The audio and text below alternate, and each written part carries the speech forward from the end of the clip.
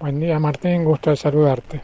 Bueno, doctor, queremos analizar esto que venimos contemplando con preocupación y con, la verdad, bastante terror lo que está ocurriendo en Rusia y Ucrania, pero también tratando de comprender qué es lo que le va a pasar a la economía mundial y cómo esto va a repercutir en Argentina. Creo que hay algunas señales que ya se están dando a nivel global de esto. Sí, efectivamente, cualquier conflicto bélico tiene un impacto inmediato sobre la economía mundial. Obviamente la economía en este año a nivel global va a crecer mucho menos que lo que se esperaba.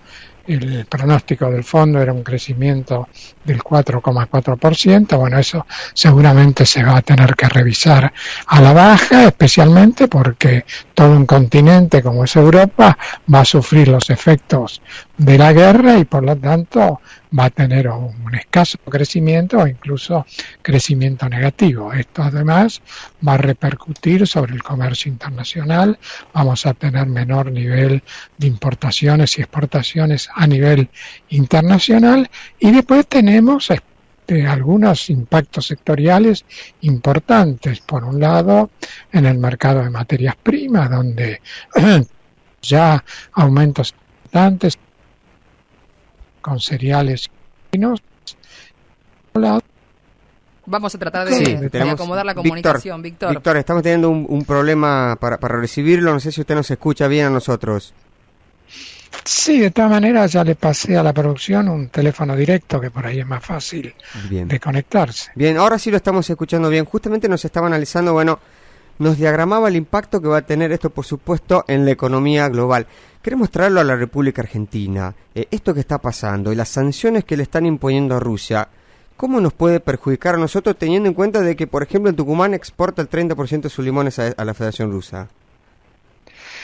Bueno, yo entiendo que Argentina va a seguir la misma política que siguió en su momento en 1979, cuando Rusia precisamente invadió Afganistán.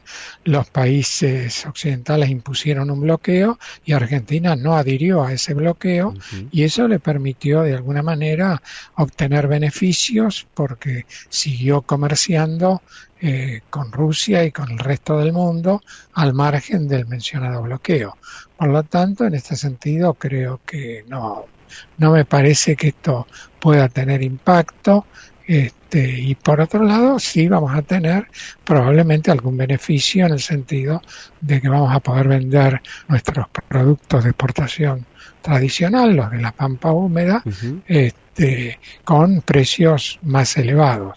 Lo que sí es cierto, vamos a tener una factura energética bastante más cara, porque va a haber que pagar el petróleo y el gas que Argentina importa a precios sustancialmente superiores a los que se pagaron el año pasado, y esto sí va a tener un impacto negativo no solamente sobre la balanza comercial, sino también sobre lo que habrá que pagar en materia de subsidios y en materia de tarifas.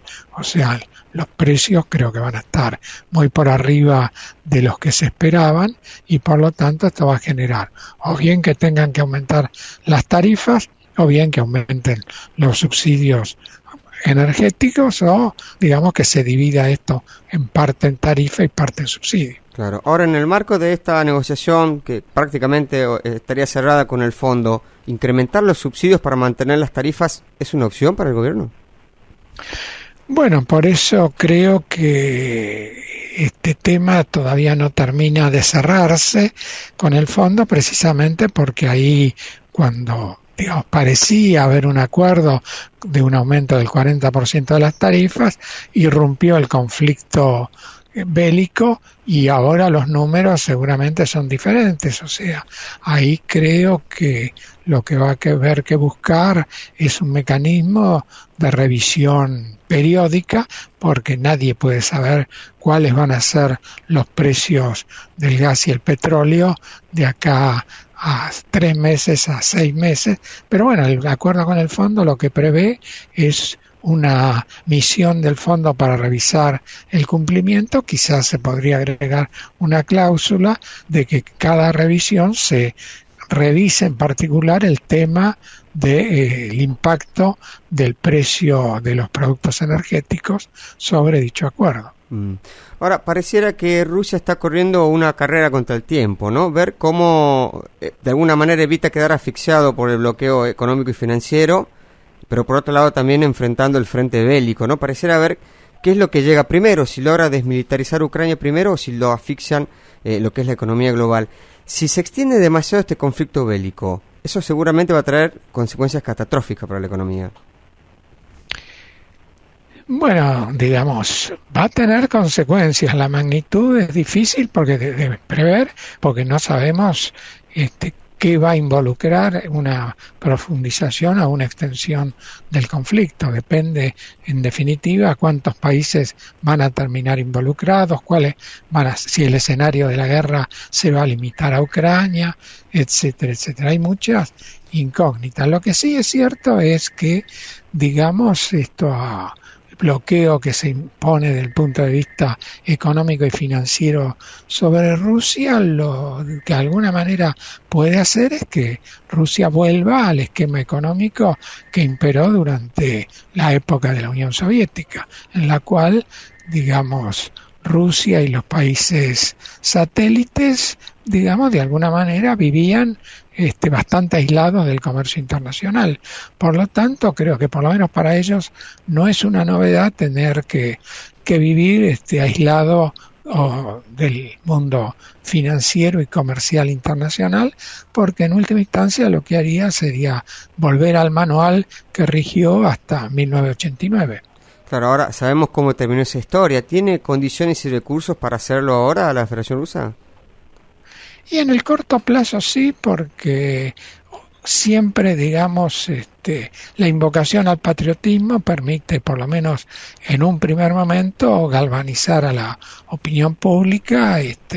Digamos, hay que tener en cuenta que lo que Putin está planteando es que esta es una guerra defensiva contra los avances de la NATO, que de 1989 en adelante fue instalando bases en países limítrofes. Tengamos en cuenta que en este momento Estados Unidos está enviando tropas a países como Polonia y Rumania, que eran parte del Pacto de Varsovia. Por lo tanto, visto desde el lado de Putin, él lo que está haciendo, y así se lo vende a su pueblo, es, digamos, una guerra para simplemente evitar que Ucrania también ingrese en la NATO. Bien. Por último, Víctor, y apelo a su capacidad de resumen, lo que está pasando a nivel internacional, ¿vuelve un momento más propicioso para fortalecer el bloque del Mercosur para la Argentina? Podría serlo, pero el Mercosur tiene serios problemas internos y creo que por lo menos desde el punto de vista político es impensable una alternativa de ese tipo en un momento en el cual, si bien hoy Brasil y Argentina coinciden en su actitud respecto a la guerra, creo que las coincidencias no van mucho más allá de eso. Creo que, digamos, me parece que se requiere un momento de mejor sintonía entre los gobiernos de ambos países para que se pueda revitalizar el Mercosur, que efectivamente sería una alternativa interesante desde el punto de vista de la economía de ambos países.